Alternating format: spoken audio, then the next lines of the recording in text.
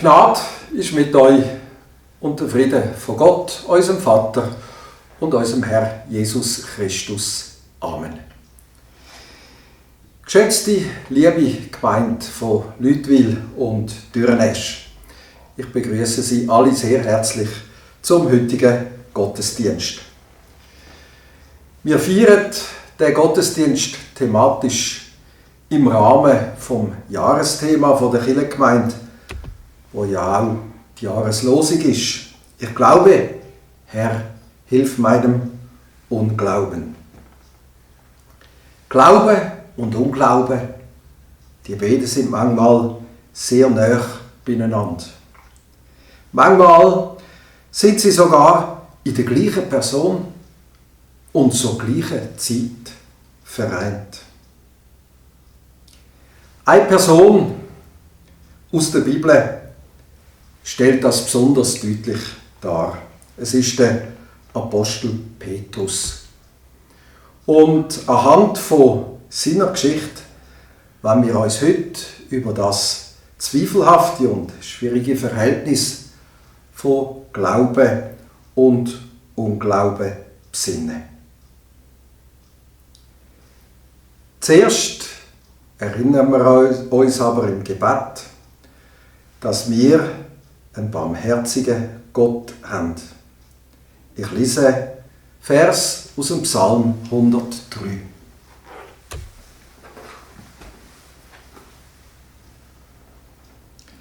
Barmherzig und gnädig ist der Herr, langmütig und reich an Güte. Nicht für immer klagt er an und nicht ewig verharrt er im Zorn. Nicht nach unseren Sünden handelt er an uns und er vergilt uns nicht nach unserer Schuld. So hoch der Himmel über der Erde, so mächtig ist seine Gnade über denen, die ihn fürchten. So fern der Aufgang ist vom Untergang, so fern lässt er unsere Verfehlungen von uns sein. Wie ein Vater sich der Kinder erbarmt, so erbarmt der Herr sich derer, die ihn fürchten. Denn er weiß, welch ein Gebilde wir sind, bedenkt, dass wir Staub sind. Des Menschen Tage sind wie Gras, er blüht wie eine Blume des Feldes. Wenn der Wind darüber fährt, ist er dahin, und seine Stätte weiß nichts mehr von ihm. Aber die Gnade des Herrn währt von Ewigkeit zu Ewigkeit über denen, die ihn fürchten, und seine Gerechtigkeit über Kindeskindern, über denen, die seinen Bund halten und seiner Gebote gedenken in der Tat. Amen.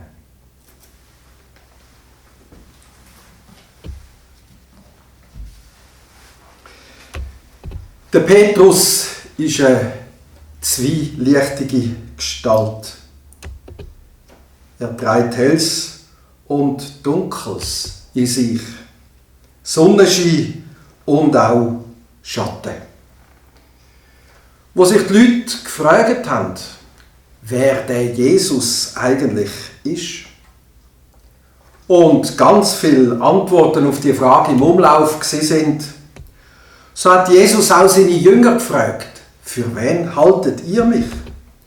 Und der Petrus ist der Erste gewesen, der sofort gesagt hat, du bist der Christus, der Gesalbte von Gott, der König der Juden, der König der ganzen Welt. Wo Jesus im Garten Gethsemane gefangen worden ist von Kriegsknechten, da ist der Petrus angestanden, hat sein Schwert gezogen und hat am Malchus das Ohr abgehauen. Er hat Jesus verteidigen, in Schutz nehmen. Er hat sich dafür einsetzen, dass er nicht verhaftet wird und gefangen genommen wird. Eine andere Geschichte ist von ihm überliefert, wo Jesus einmal vorausgeschaut hat und seinen Jüngern gesagt hat, der Menschensohn, er muss leiden. Da hat ihn der Petrus auf die Seite genommen. Und Jesus hat geantwortet, fort mit dir, Satan, hinter mich. Der Petrus hat von Jesus das Wort Satan müssen hören. Ein schlimmeres Wort kann man wohl nicht hören. Und dann ist auch noch die Geschichte, wo Jesus verhört worden ist und der Petrus sich draussen aufgehalten hat und 3-mal angesprochen worden ist, ob er nicht auch zu dieser Gruppe um den Jesus gehört. Da hat er 3-mal gesagt, nein, ich gehöre nicht dazu. Und dann hat bekanntlich ja der Hahn kräht. Eine weitere Geschichte ist im Galaterbrief überliefert von Petrus. Offenbar hat der Petrus mit Heiden gegessen. Das ist für strenggläubige Juden damals ein No-Go gewesen. Das hat man nicht dürfen. Der Petrus hat es aber gemacht. Aber nur so lange, bis eine Gruppe von strenggläubigen Juden um den Jakobus dazugekommen sind. Und dann ist er sofort aufgestanden und hat sich abgesondert. Der Paulus hat dann gesagt, das ist Heuchelei, wenn man etwas macht, solange man es nicht sieht. Und sobald man es sieht, so tut, wie wenn nichts gewesen wäre. Der Petrus ist eine zwielichtige Gestalt. Und ich finde, es ist eigentlich ein sehr sympathischer Zug von der Bibel, dass sie Licht und Schatten von einer Person beschreibt. Man könnte ja denken, dass die Schreiber von der biblischen Geschichten alles versucht hätten, dass sie den Petrus nur im besten Licht darstellen würden. Dass die Schattenseite von Petrus fein säuberlich hätte können zur Seite geschoben und versteckt werden. Der Petrus als Apostel könnte und sollte doch ein Vorbild vom Glauben auch sein. Und da passen doch keine Schattenseite dazu. Aber die Bibel, sie halten beides fest. Die hellen Momente im Leben und auch die finsteren und die dunklen. Und das finde ich sympathisch, weil wir Menschen, wir sind so. Alle sind wir so. Wir unterscheiden uns nicht von Petrus. Glaube und Unglaube erfüllen auch uns immer wieder. Und jetzt passiert etwas Wunderbares.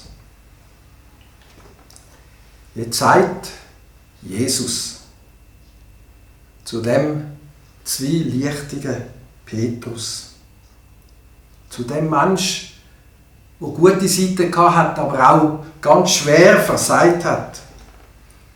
Zu dem Petrus sagt Jesus, du bist Petrus. Und auf diesem Felsen werde ich meine Kirche bauen.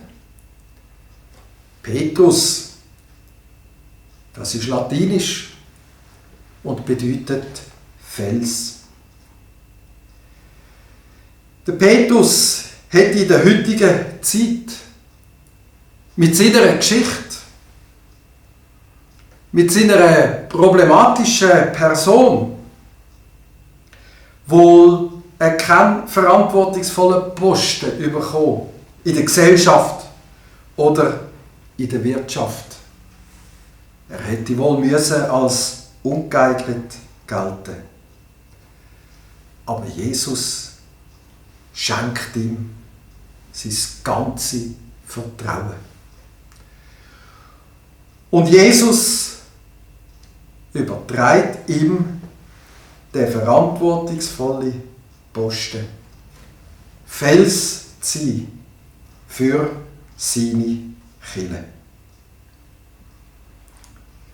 Das ist Evangelium, liebe Gemeinde, dass wir Menschen trotz unserer Fehler und trotz unserer Unzulänglichkeiten auf die Liebe von Gott vertrauen dürfen. Gott misst uns nicht nach unseren Schulden, sondern wir werden gemessen an Gottes Liebe. Auch wenn wir in unserem Glauben an Gott scheitern, so hebt Gott doch an seinem Glauben an uns fest. Das ist doch wunderbar. Amen.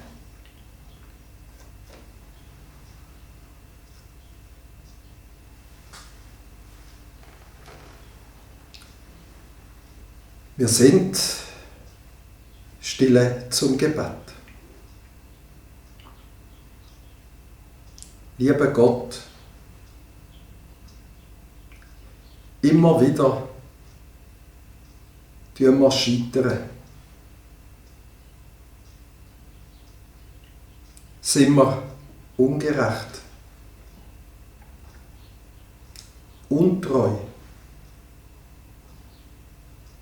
machen Fehler.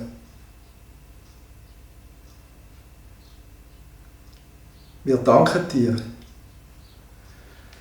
dass wir uns nicht vor dir verstecken müssen.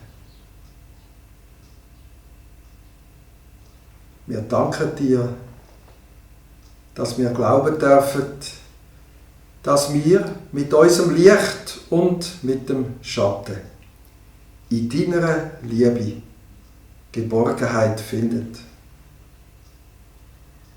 Wir danken dir, Gott, dass wir mit dir immer wieder einen Neuanfang dürfen wagen.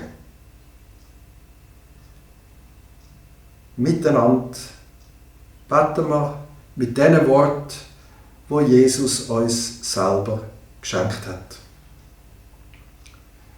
Unser Vater im Himmel, geheiligt werde dein Name. Dein Reich komme, dein Wille geschehe, wie im Himmel, so auf Erden. Unser tägliches Brot gib uns heute und vergib uns unsere Schuld, wie auch wir vergeben unseren Schuldigern. Und führe uns nicht in Versuchung, sondern erlöse uns von dem Bösen, denn dein ist das Reich und die Kraft und die Herrlichkeit in Ewigkeit. Amen.